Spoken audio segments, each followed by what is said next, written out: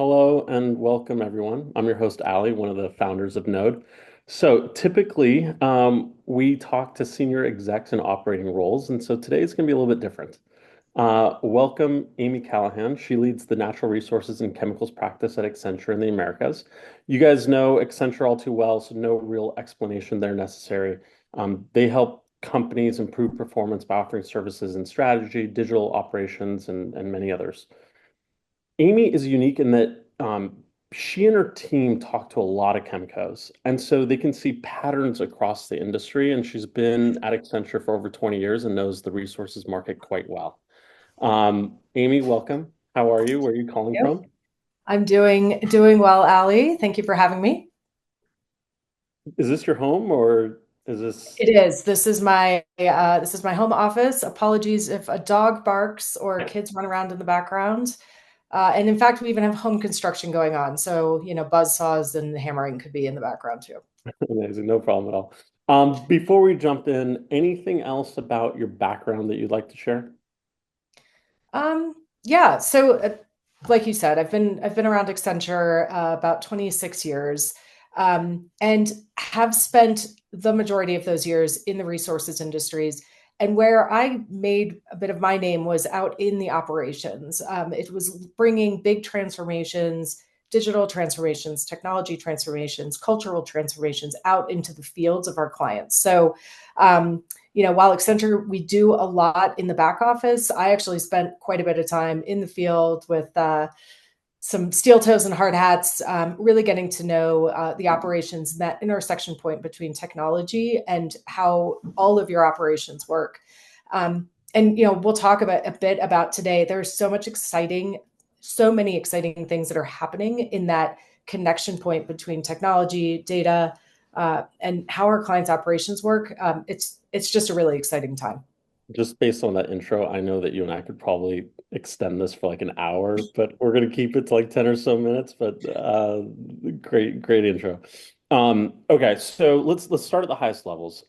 You've been in chemicals for a little while. How would you characterize the current environment for the major chemicals right now compared to a few years ago? Yeah, well, a few years ago, we were kind of on that upward um, climb out of COVID. And honestly, for this group of companies, that was a really good time. Just between all that was needed from a cleaning and sanitation perspective, single use was critically important for health and safety of our people. Everybody was shopping online. There was a significant more amount of packaging, just so home building, everything that was going on was so great for the industry. And we're now on the other side of that.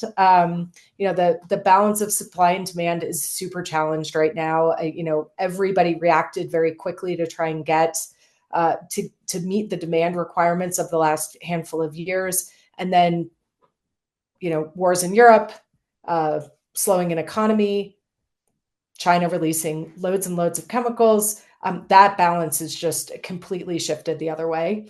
And so, everything that we're seeing from our clients right now is how can you manage cost?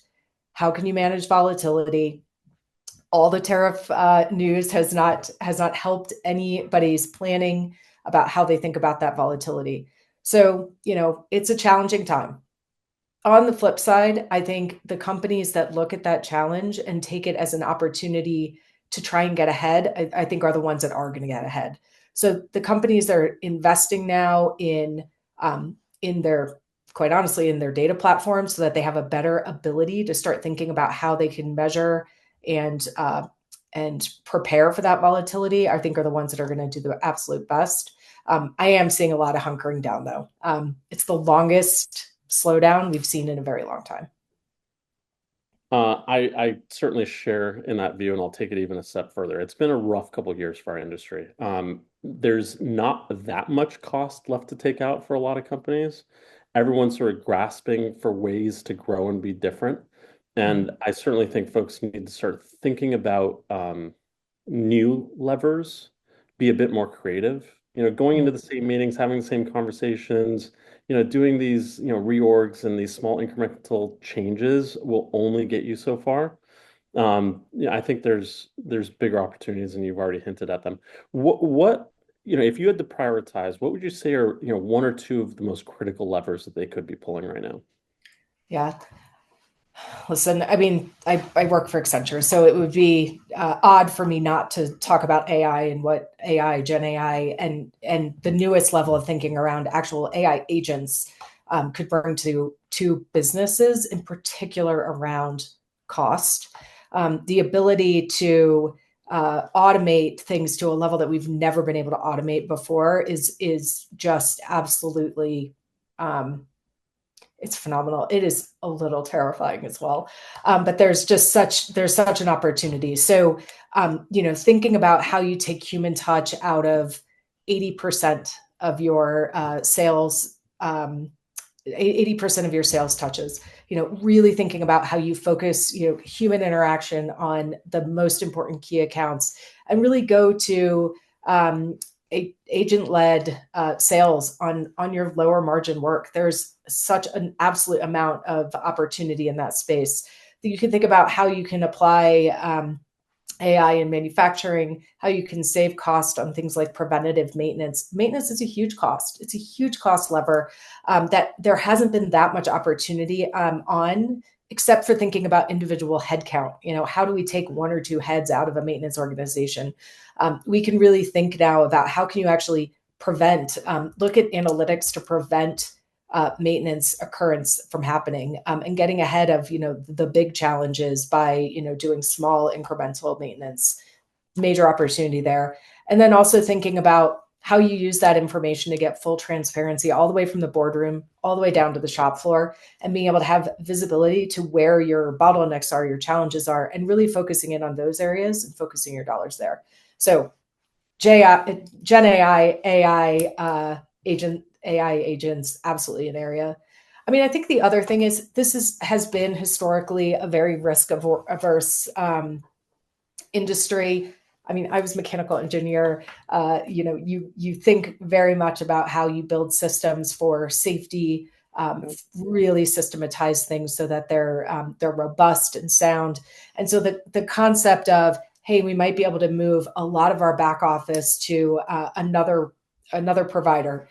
How might we take a non-core activity and outsource it. Or quite honestly, in some cases, even some parts of core activities and outsource them. There's been a real hesitancy by the industry to do that. With the cyclicality of the industry, okay, fine, we'll go outsource, save a bunch of money. And then 2 years later, demand's back up and we kind of refill that space with bodies within your own organization. I think companies are now really having to think about how they make full changes in that cost baseline that they have to run their business. Yeah, frankly, a slowdown for a longer period of time forces these decisions to actually happen rather than just like reverting back Yeah. to practices. So I totally agree with that point. Going back to your earlier point, I mean, generally speaking, as an industry, I mean, we're underutilizing tech. What do CEOs care about the most? They want higher share prices. Tech is, as I know the most underutilized lever to get those higher multiples. I mean, more efficiency, better decisions, easier to do business with. I mean, it's all there. However, I do think that there's still a lot of skepticism just because it's not like they don't invest in tech. I don't know that they're getting enough from that investment. That's just, you know, my thoughts. Yeah, I mean, so the number one conversation I have around tech is how to move out of the POC world into the value realization world. Yeah. And I I have to say, it takes a lot of courage to invest how you need to invest to really get the true realization of value. It is easy to set aside $250,000 for a POC and then have that POC improve a very small part of your business and not have the ability to figure out how to truly go take that capability and expand it across your whole business. And part of the reason for that is because you do that POC and you look at you looked at a very small data set. You looked at the very specific requirements of where you put that POC in place, and you're not thinking about the broader architecture of what is needed to be able to go roll that out to a much broader part of your business. Um, Fortunately or unfortunately, data is such a huge piece of the ability to utilize technology. And so having the parallel thought track of what do I need to do to make sure my core is my digital core, my data core is clean, um, covers all of the areas that I need it to cover, is connected in the way I need it to be connected. I mean, that is an investment. And it's sometimes it's a hard pill to swallow, that investment up front and making sure that that capability is there. The companies that are leading are the companies that have gone ahead and taken that pill and made that investment early, to be able to then utilize all of the right technologies that can be utilized off of that clean core. Yeah. So, you know, it's easy to let an engineer in the field go, do a fun experiment. It's really hard to make that experiment run across your entire organization. Are you seeing more of an appetite amongst senior execs willing to make digital a core part of their strategy, where they're going to talk about it to shareholders and like be held accountable to it? Yeah. I am. I mean, I'll give an example because I know that the CEO of Ecolab has been hugely focused on what digital is going to bring to his business, and has talked about it to the street, and has shared that as being a huge part of his strategy. There are other companies that are starting to put digital at the forefront, talk about not just cost savings, but what it could actually bring from a revenue perspective, new revenue streams, and thinking about, how, new products can be created that combine chemical products with digital products. I have another company that I'm working with that, really wants to sell their, sort of digital capabilities along with their existing capabilities. It's high margin, and it really truly provides a ton of value for the customers. There are a lot of other companies that are not. And I really think a lot of it has to do with right now, just there's so much focused on cost. And like I said, it takes courage to say we should be really focused on cost. We are very focused on cost, but we're going to go make this big investment.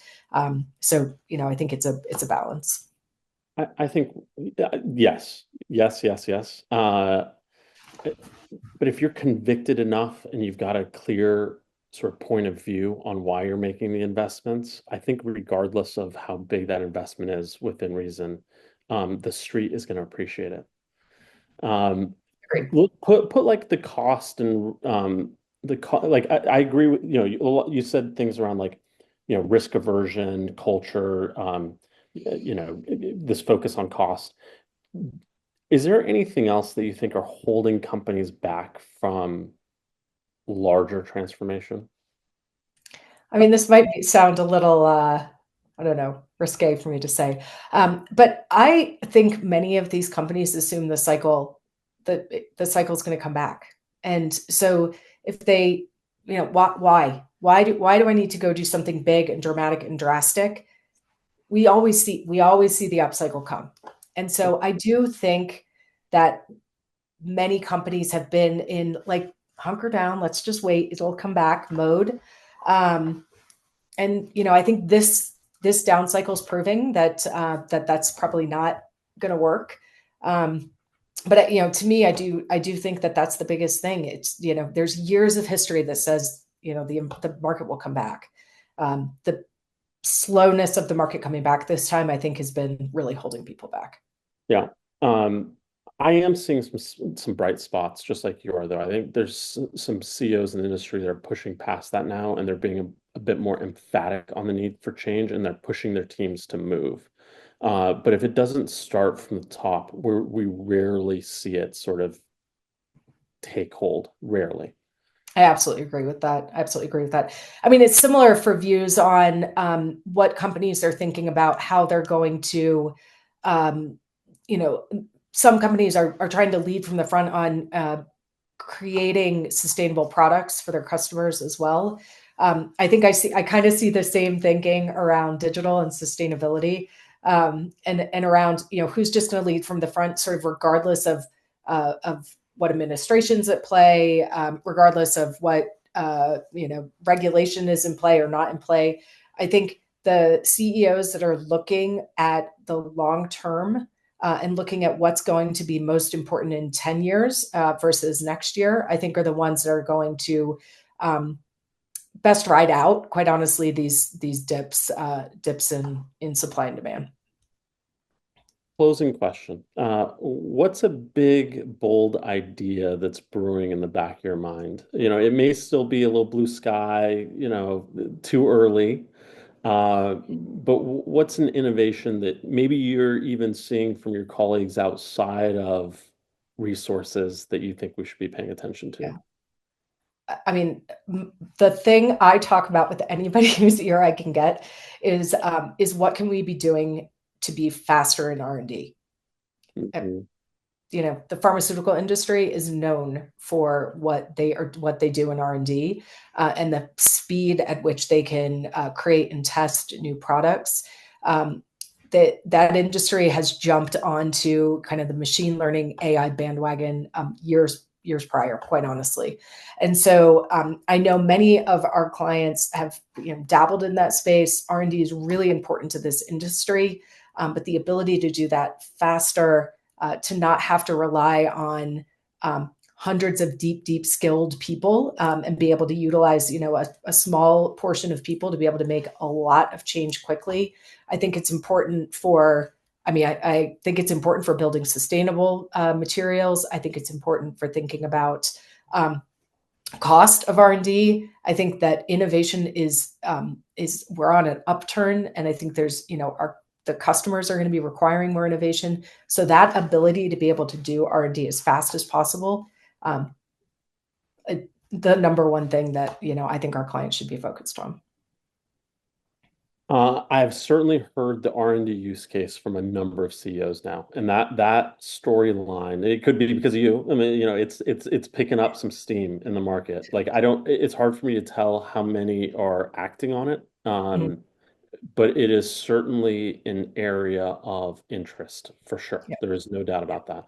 Amy, thanks for the insights. Everyone loves listening to these short, informal conversations from people like you that are helping push the industry forward. So thank you for everything you do. It's hard work. I'm kind of alongside with you, pounding on these doors and evangelizing. yeah, It's really hard work, but look, there's no better industry in the world than the one we work in, and they need it. And so, we got to keep carrying the message. So I appreciate everything you do. great. Thank you so much for having me.